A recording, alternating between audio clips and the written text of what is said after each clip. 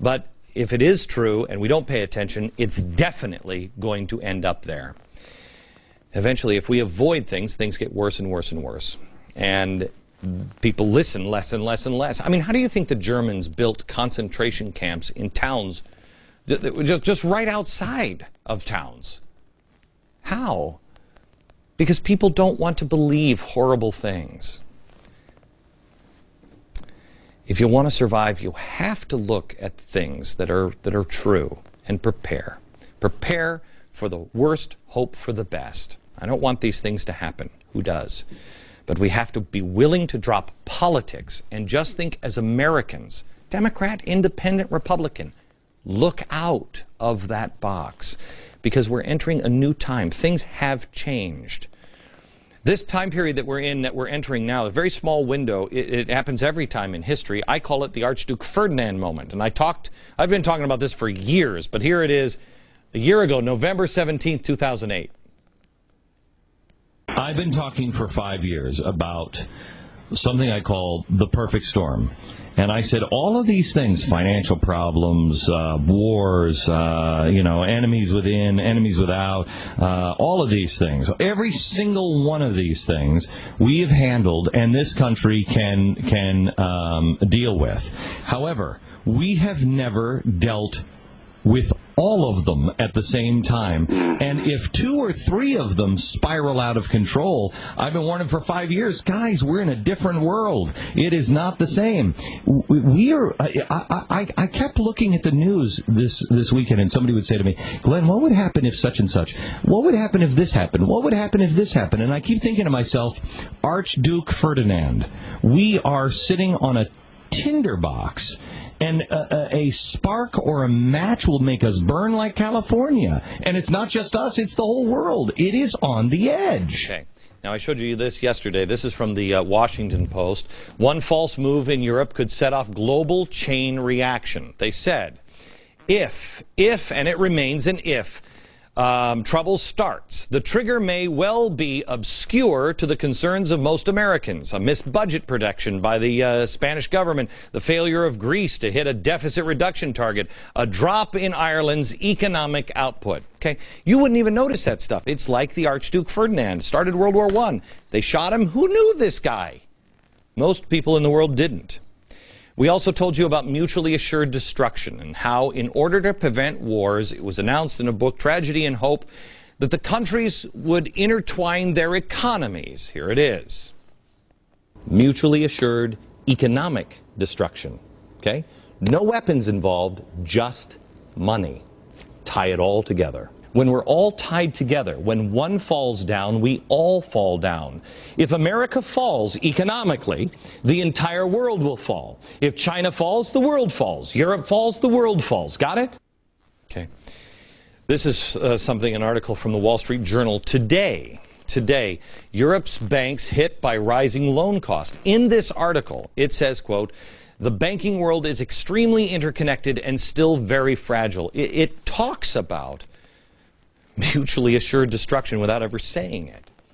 Finally, I talked to you about how Europe, where it was headed, and how they were about to repeat the mistakes of the past. Watch. We're going down the wrong tracks and... Okay. All right, I guess we're not going to show you that. I said we're going down the wrong tracks, and here's what was going to happen. You were going to have communists, and you were going to have Nazis. We were going to repeat the mistakes of the past in Europe. Today, of course, Times and everybody else said, no, that's absolutely crazy. Here's today in the London Telegraph. Europe's deflation torture is a gift to the far left. There is typically a lag time between economic shocks and social fury. Luckily, there is no fascist threat here at this time. It is the more benign Marxist left that stands to gain. Those are the people who are way ahead. Worldwide, the Marxists. We told you that. We were made fun of it. Now I have to pick apart the Telegraph. Do they not? I mean, I can't even read German. Do they not just pay attention? This is a German newspaper. Harry was, where were you, Harry, when you got this?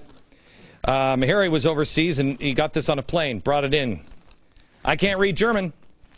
But I do see the Nazi fest in this. What does this say? That there's these neo-Nazi bands that are performing now in the country, and they're being tolerated. They're being tolerated. The crazy Nazi right is rising over there. That's why our right, small government, and our left, big government, needs to be decided. Small government is the answer, not big, because socialists, Marxists, and Nazis use big government. All right, that's where we've been over the last couple of years. I think we have a pretty good track record. We've been wrong as well, but the big picture has been right. That is important to admit and address, because if you're going to go to a doctor, you want to go to the doctor with the one that can actually has a good record of diagnosis. We have a pretty good one. Again, not a perfect one, but pretty good. It's important to know, because I want to tell you what's coming next. And I hope I'm wrong on this, but everything seems to be falling into place. And in the end, tonight I'm going to leave you with a very simple answer. It's important. It's a solution. So don't miss a second. Back in a minute.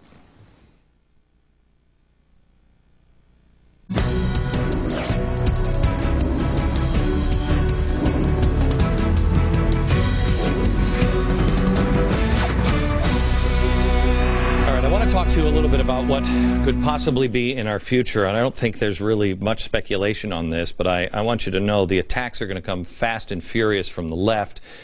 Some of them will be deserved if you take this and you go down a tinfoil hat road. I mean, you don't need to go to the Bilderbergers. I mean, it's as useful as going to the Whataburgers. You don't have to do that. But like every time, we will use their words to prove a point, but progressives will go nuts when they hear the term global governance. If they hear it used, they'll tell you you're crazy. Here's an example from a left-wing blog. Seriously, for a moment, they write, we're going to have to address the paranoia about global takeover at some point, probably in easy-to-comprehend Dick and Jane language for the Tea Party. Well, that's good.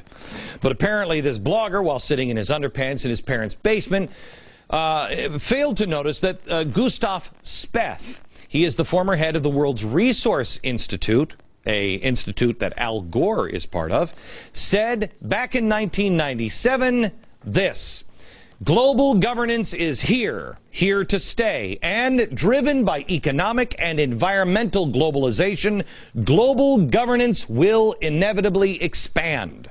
Oh, well, if that's all it is. A UN development report in 1999, UN wrote, this is important, governance is not government.